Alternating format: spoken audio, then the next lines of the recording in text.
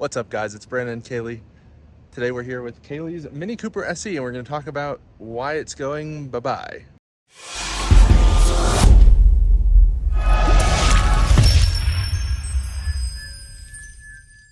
So Kalie, how many miles do you have on your Mini after having it for 13 months? Yeah, so as it sits right now, it has exactly 2,021 miles on it, and 700 of those were just getting it home from Florida, which is where we originally purchased it.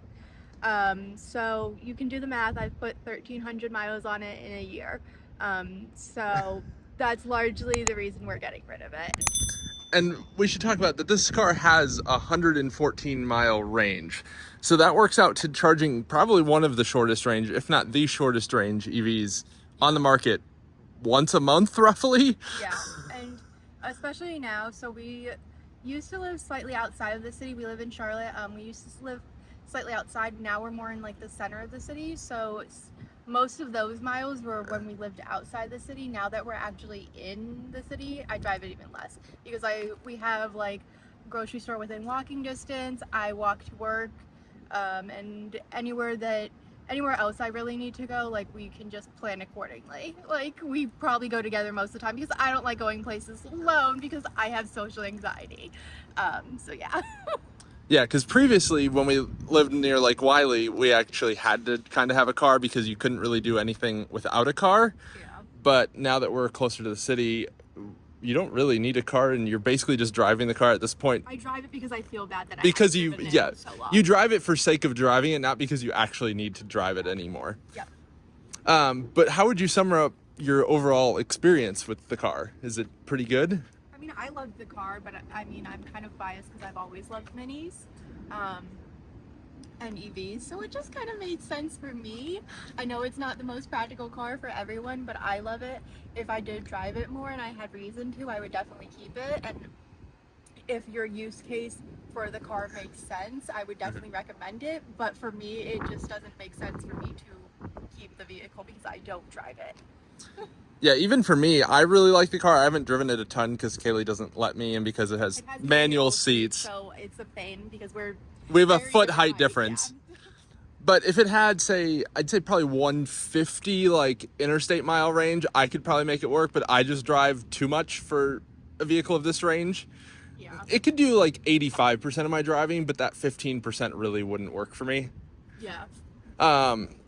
And I mean, if it had faster charging, that could also work too, but there's just a lot of stretches that can't be done in this car that I do fairly frequently. Yeah, I mean, you're an outlier. Like, yeah, I'm not normal. Yeah, the average person. Like, I think a lot of people have a lot of anxiety surrounding it, but I don't really think it's as necessary, especially like the main thing is that you have charging at home, in my opinion. Yeah, I would say as long as you have like if you go to work and like you go to the grocery store and like maybe do like a few errands, I think it's plenty.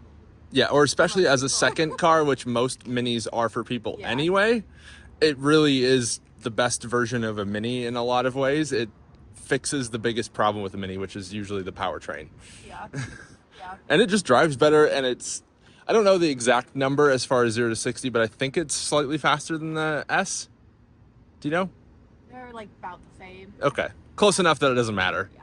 But this is also the 2022, so this actually has the refresh front bumper, which we got kind of right when the 2022s first started coming out.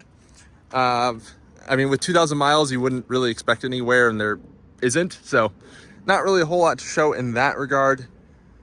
But just want to tell you guys kind of why we're moving on from this car, even though we really like it, and Kalie is borderline obsessed with it. It basically smashed together her two cars, the Tesla Model S and her previous Mini Cooper S, and made it into one, the Mini Cooper SE, and it's really good at that. So now we're inside the car because it got a little toasty outside, but wanted to continue telling you about why we're selling it, why we're moving on from the Mini Cooper SE, and why we're going down to one car. Yeah. And there's actually going to be another video following this about why the Polestar is going away as well. That's going to be a little bit more of a news drop for you guys. Is it? Because I think we printed out it in like literally every video that we weren't keeping it long term. Well, the selling it isn't the surprise, but the what's coming and all the details are maybe a little bit more of a surprise. I think we've also okay. that away. anyways, back to the Mini. So like we kind of mentioned, I love this car. But when we did get it, there weren't a lot available. So we got it like, we kind of sold my Tesla. We got a really good deal selling her car. We bought it really well, and then we sold it really well, I would say. When the market was like really high. So we kind of were like, at the time, more pressed for a car because I thought I really needed a car. As you can probably see, I don't really need a car, hence us getting rid of it.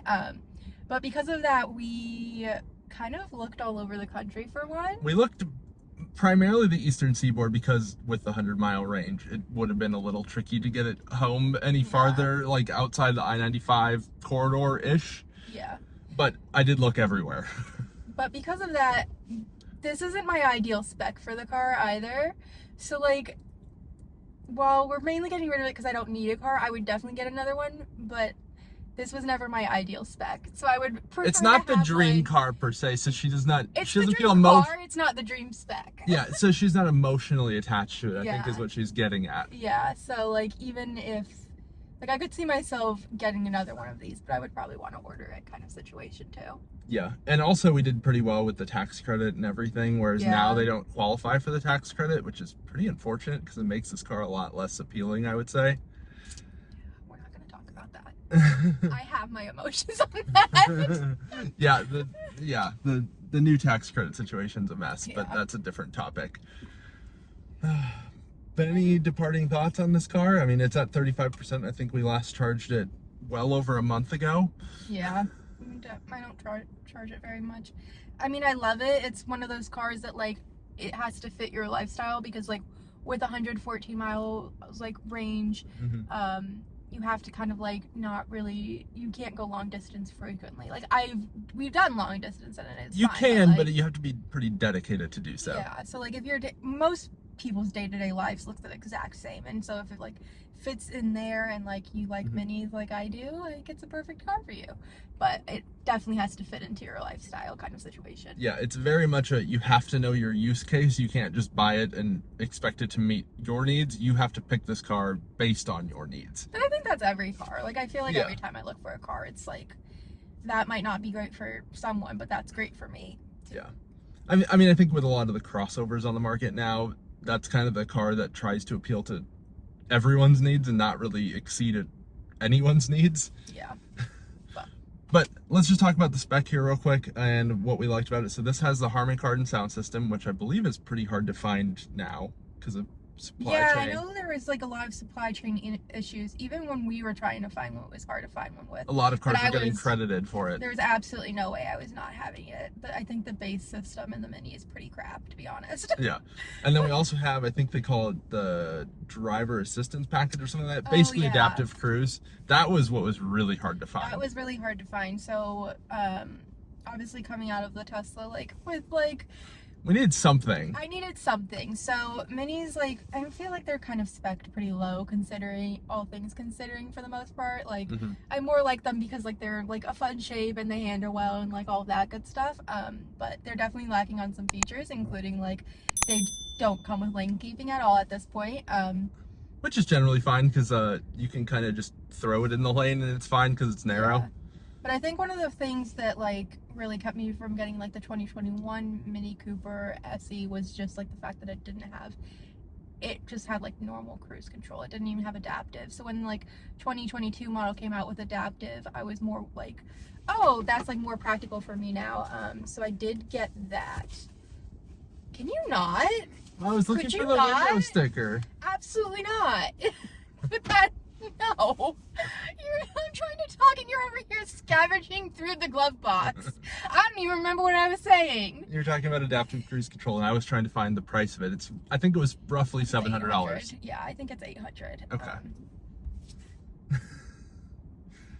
Okay, there goes my brain. Thanks I'm for sorry. that. But anyways, I wasn't getting a car without it, is basically what I was trying to say. So we ended up finding this car and we're able to sell it basically for MSRP after having it for a year. So really can't say no to that. The plan kind of for this car was plan on it depreciating quite a bit and then just keep it basically forever. But then we just kept checking values to sell it to the various online like car dealerships essentially.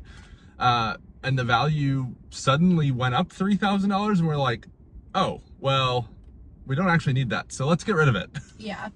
So that's also part of why we're now selling it versus keeping it basically forever-ish. Yeah, because I mean, my original, like, I've had 2 other minis, like, and they just, like, all kind of depreciate like rocks, unfortunately. So I was kind of planning for that for this car. I was just kind of like, okay, well, this is just going to be a car I keep for a while. Like, it's electric. I shouldn't really have to maintain it too much except for, like, driving it and, like, Washer maybe, fluid. like, wash Tires. and tires. And so I was like, okay, this can just be my forever car because I knew I loved minis. But after barely driving it for a year, the fact that I can still sell it for basically MSRP is, like, miracle in itself, so I'm gonna take advantage of that while we can. Yeah, and actually the value has dropped like $3,000 since we locked in that price.